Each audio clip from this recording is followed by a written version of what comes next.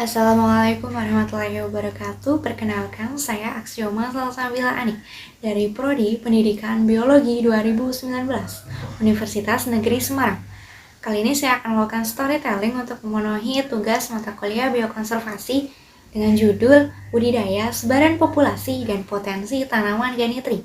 Ganitri atau Elaeocarpus ganitrus termasuk ke dalam divisi Spermatophyta, subdivisi Angiospermae, kelas dikotil bangsa Malvales, famili Elaeocorpaceae, marga Elaeocarpus, dan jenis Spermatophyta.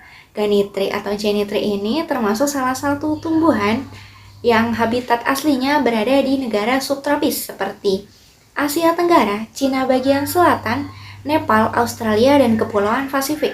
Di Indonesia, sebaran tanaman ini dapat ditemukan di Jawa Tengah, seperti Kabupaten Cilacap, Kebumen, Kendal, Brebes, Purworejo, Banjarnegara, Wonosobo, Banyumas, Temanggung, Semarang, dan Karanganyar.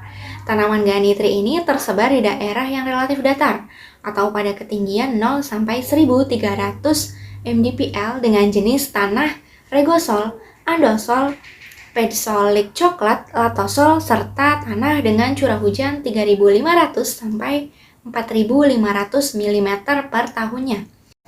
Pohon ganitri menghasilkan daun, buah, dan kulit yang dapat dimanfaatkan sebagai bahan baku obat-obatan untuk mengobati suatu penyakit.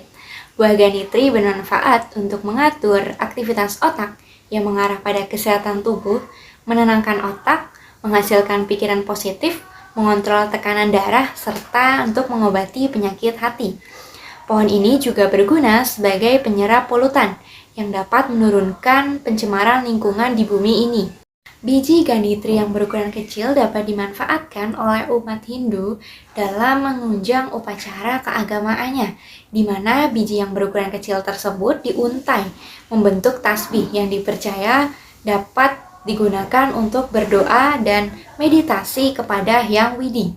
Budidaya tanaman ganitri dapat dilakukan dengan 3 cara. Yang pertama yaitu pembungaan dan pembuahan. Pohon ganitri ini akan mulai berbunga di usia 13 bulan, meski belum seluruhnya bunga dan buah akan tumbuh, karena biasanya akan mengalami kerontokan terlebih dahulu. Proses dari bunga menjadi buah membutuhkan waktu sekitar 3 bulan. Jadi dalam setahun dapat dipanen sekitar 1-2 kali pada bulan November dan Maret. Teknik yang kedua yaitu teknik perbanyakan vegetatif. Perbanyakan tanaman ini berasal dari anakan atau cabutan. Namun dengan adanya teknologi perbanyakan vegetatif okulasi yang dilakukan oleh orang-orang Cilacap, mulailah digunakan bibit hasil okulasi sebagai perbanyakannya. Kelebihan dari teknik ini di mana waktu panen bibit hasil okulasi lebih cepat tumbuh, tinggi pohonnya menjadi lebih pendek sehingga mudah dipanen, dan jumlah buah yang berdiameter kecil akan relatif banyak. Kelemahannya dengan adanya teknologi ini, daya kecambah bibit ganitri akan mengalami kualitas yang rendah karena kondisi kulit dan bijinya yang sangat keras dan mempunyai masa dormansi yang panjang.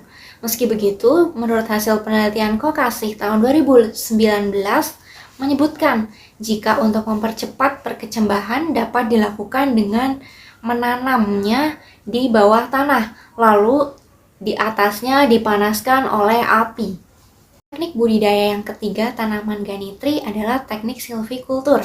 Teknik ini dilakukan dengan pengeratan batang pohon ganitri dengan cara pemangkasan, pengurangan pucuk tanaman, penerasan, pemupukan, ataupun pengaturan jarak tanam. Tujuannya untuk meningkatkan produksi buah dengan ukuran yang berdiameter kecil serta relatif lebih tahan rontok. Pengeratan ini dilakukan pada pohon ganitri yang sudah berusia 2 tahun dan dilakukan terus-menerus saat akan pembuahan. Baik, ketiga teknik tadi menandakan pentingnya budidaya tanaman ganitri. Selain itu, dilandasi juga dengan kelangkaan dan tingginya permintaan kebutuhan pasar. Dengan adanya budidaya tanaman ganitri menjadikan salah satu usaha kita dalam melestarikan ganitri.